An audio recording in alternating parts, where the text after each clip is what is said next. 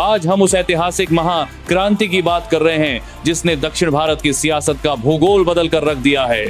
दोस्तों, सिनेमा के पर्दे पर दुश्मनों के परखच्चे उड़ाने वाले जोसेफ विजय चंद्रशेखर यानी हम सबके चहेते थलापति विजय ने असल जिंदगी के चुनावी अखाड़े में वो क्लाइमेक्स दिखाया है जिसकी पटकथा लिखने की हिम्मत बड़े बड़े राजनीतिक पंडित भी नहीं कर पाए थे। तमिलनाडु की राजनीति में आज एक नया सूरज उगा है और उस पर नाम लिखा है टीवीके। किसी ने इसे मजाक समझा तो किसी ने इसे सिर्फ एक एक्टर का शौक, लेकिन जब नतीजे आए तो सुनामी आ गई। विजय की नई नवेली पार्टी तमिलगा वेत्री कड़गम ने 100 से ज्यादा सीटों पर कब्जा जमाकर दशकों पुराने द्रविड़ किलों की ईंट से ईंट बजा दी है। जनवरी 2024 में विजय की आखिरी फिल्म आनी थी जननायकन। वो फिल्म तो पर्दे पर नहीं आई, लेकिन आज करोड़ों लोगों ने विजय को अपना असली जननायक चुनकर सीधे मुख्यमंत्री की कुर्सी की ओर रवाना कर दिया है। यह जीत सिर्फ वोटों की गिनती नहीं है, ये सत्ता के गलियारों में गूंजती वो सीटी है जिसने बड़े बड़े दिग्गजों की नींद उड़ा दी है। सोचिए, जहां स्टालिन अपनी जीत को लेकर पूरी तरह आश्वस्त थे, जहां कांग्रेस और डीएमके का गठबंधन खुद को अजेय मान रहा था, वहां विजय ने साइलेंट किलर की तरह एंट्री मारी। ये किसी ब्लॉकबस्टर फिल्म की स्क्रिप्ट से भी ज्यादा रोमांचक है।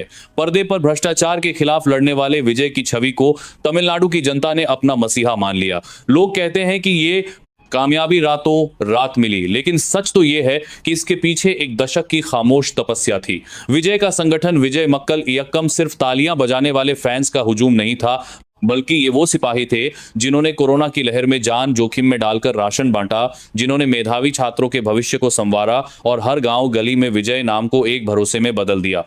प्रचार का ऐसा हाई टेक अंदाज आपने पहले कभी नहीं देखा होगा। जहां दूसरे नेता रैलियों में पसीना बहा रहे थे, विजय ने बॉडी डबल से लेकर जबरदस्त सोशल मीडिया तकनीक का इस्तेमाल किया। उन्होंने युवाओं और पहली बार वोट देने वाले 15 लाख जेनजी वोटर्स की नब्ज पकड़ ली। उन्होंने चुनावी वादों का ऐसा पिटारा खोला कि विरोधियों के पास जवाब नहीं बचा। शादियों में 8 ग्राम सोना, युवाओं को 4,000 रुपए का बेरोजगारी भत्ता, हर परिवार को 6 मुफ्त सिलेंडर और घर की लक्ष्मी को हर महीने 2,500 रुपए की सीधी मदद।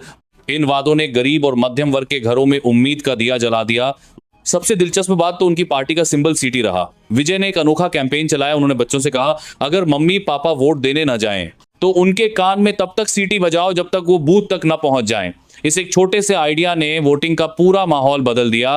विजय ने किसी से गठबंधन नहीं किया, उन्होंने खुद को एक शुद्ध विकल्प के रूप में पेश किया और द्रविड़ राजनीति के पुराने ढर्रे को चुनौती दे डाली। उन्होंने अपने ड्राइवर के बेटे को टिकट देकर साबित कर दिया कि ये पार्टी किसी परिवार की नहीं, बल्कि तमिलनाडु के हर उस बेटे की है जो बदलाव चाहता है। आज थलापति के घर के बाहर दिवाली जैसा माहौल है। मिठाइयां बंट रही हैं, समर्थक झूम रहे हैं और हर तरफ सिर्फ विजय विजय के नारे गूंज रहे हैं। जयललिता और करुणानिधि जैसे दिग्गजों के जाने के बाद जो खालीपन था, आज उसे एक मिट्टी के बेटे ने भर दिया है। लेकिन याद रखिए, असली चुनौती अब शुरू होती है वादों को हकीकत में बदलने की और सत्ता के सिंहासन पर बैठकर जनता की उम्मीदों पर खरा उतरने की। क्या विजय पर्दे की तरह राजनीति में भी सुपरहिट साबित होंगे? क्या वो तमिलनाडु को एक नई दिशा दे पाएंगे? आपकी इस महा विजय पर क्या राय है, हमें कमेंट बॉक्स में जरूर बताएं। और हाँ, राजनीति की ऐसी ही रोमांचक और सनसनीखेज खबरों के लिए हमारे चैनल को सब्सक्राइब करना बिल्कुल ना भूलें।